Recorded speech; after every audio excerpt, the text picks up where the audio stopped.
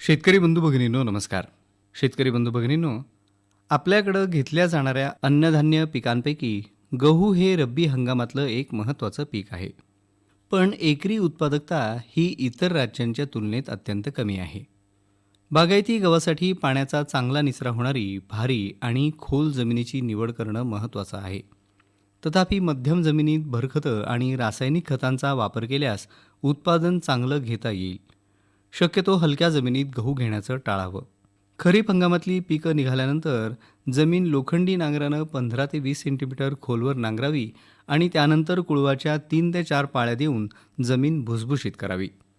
शेवटच्या कुळवणीच्या अगोदर 10 ते 12 टन चांगलं कुजलेलं शेणखत किंवा कंपोस्ट खत पसरवून टाकावं. फुले समाधान, फुले अनुपम, फुले सात्विक, नेत्रावती, MACS 6222, PDKV सरदार, NIDW 1149 आणि MACS 4028 तसंच खपली गव्हाची MACS 2971 या जाती आपल्याकडे शिफारशीत आहेत. संरक्षित पाण्याखाली घेण्यात येणाऱ्या गव्हाची पेरणी 1 ते 10 नोव्हेंबरमध्ये करावी. बागायत गव्हाच्या वेळेवर पेरणीची योग्य वेळ म्हणजे नोव्हेंबरचा पहिला पंधरवडा. या कालावधीत पेरणी केल्यास गव्हाचं उत्पादन चांगलं येतं.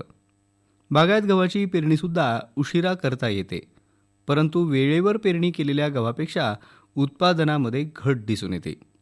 बागायत गव्हाची पेरणी 15 नोव्हेंबर नंतर उशिरा केली तर प्रत्येक पंधरवाड्यास हेक्टरी 2.5 क्विंटल उत्पादन कमी येतं आणि त्यामुळं 15 डिसेंबर नंतर पेरलेल्या गव्हाचं पीक फायदेशीर ठरत नाही.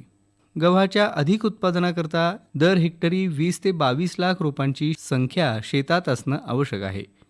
ही संख्या मिळवण्यासाठी दर हेक्टरी 100 ते 125 किलो बियाणं वापरावं. उशिरा पेरणीसाठी हेक्टरी 125 ते 150 किलो बियाणं वापरावं.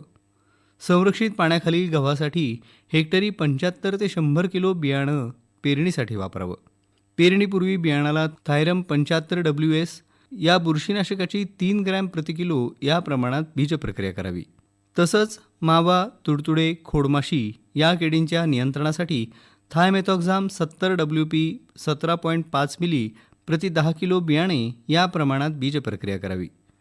गव्हाच्या अधिक आणि किफायतशीर उत्पादनासाठी बियाणास पेरणीपूर्वी ॲझोटोबॅक्टर, क्रोकोकम, स्फुरद विरघळवणारे विघटक जीवाणू आणि पालाशी उपलब्धता वाढवणाऱ्या जीवाणूयुक्त महात्मा फुले कृषी विद्यापीठ निर्मित संयुक्त जीवाणू संवर्धन खताची 250 ग्रॅम प्रति 10 किलो बियाणं या प्रमाणात बीजप्रक्रिया करावी.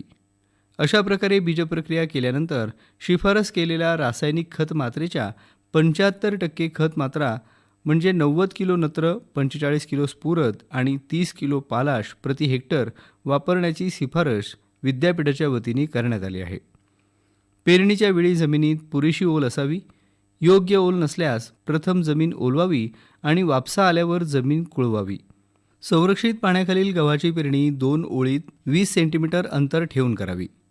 पेरणी उभी आडवी अशा दोन्ही बाजूंनी न करता ती एकेरी करावी, म्हणजे आंतरमशागत करणं सोयीचं होतं. बियाणं झाकण्यासाठी कुळव उलटा करून चालवावा, म्हणजे बी व्यवस्थित दबून झाकलं जातं. जमिनीचा उतारा लक्षात घेऊन गव्हासाठी 2.5 ते 4 मीटर रुंदीचे आणि 7 ते 25 मीटर लांब या आकाराचे सारे पाडावेत. पेरणीनंतर साधारणपणे 18 ते 21 दिवसांच्या अंतराने पाण्याच्या पाळ्या द्याव्यात. मध्यम ते भारी जमिनीत पीक तयार होण्यासाठी 4 ते 5 वेळा पाणी द्यावं. मुकटमुळं फुटण्याची अवस्था 18 ते 21 दिवस, कांडी धरण्याची अवस्था 45 ते 50 दिवस, फुलोरा अवस्था 60 ते 65 दिवस, दाण्याची दुधाळ अवस्था 80 ते 85 दिवस आणि दाणे भरण्याची अवस्था 90 ते 100 दिवस या गहू पिकाच्या वाढीच्या महत्त्वाच्या अवस्था आहेत आणि यावेळी गहू पिकाला पाणी देणं फायदेशीर दिसून येतं. गहू पिकास एकच पाणी देणं शक्य असेल तर 40 ते 42 दिवसांनी, जर 2 पाणी देणं शक्य असेल तर पहिलं पाणी 20 ते 22 दिवसांनी आणि दुसरं पाणी 40 ते 42 दिवसांनी द्यावं. जर गहू पिकास पेरणीनंतर 3 पाणी देणं शक्य असेल तर पहिलं पाणी 20 ते 22 दिवसांनी, दुसरं पाणी 40 ते 42 दिवसांनी आणि तिसरं पाणी 60 ते 65 दिवसांनी द्यावं.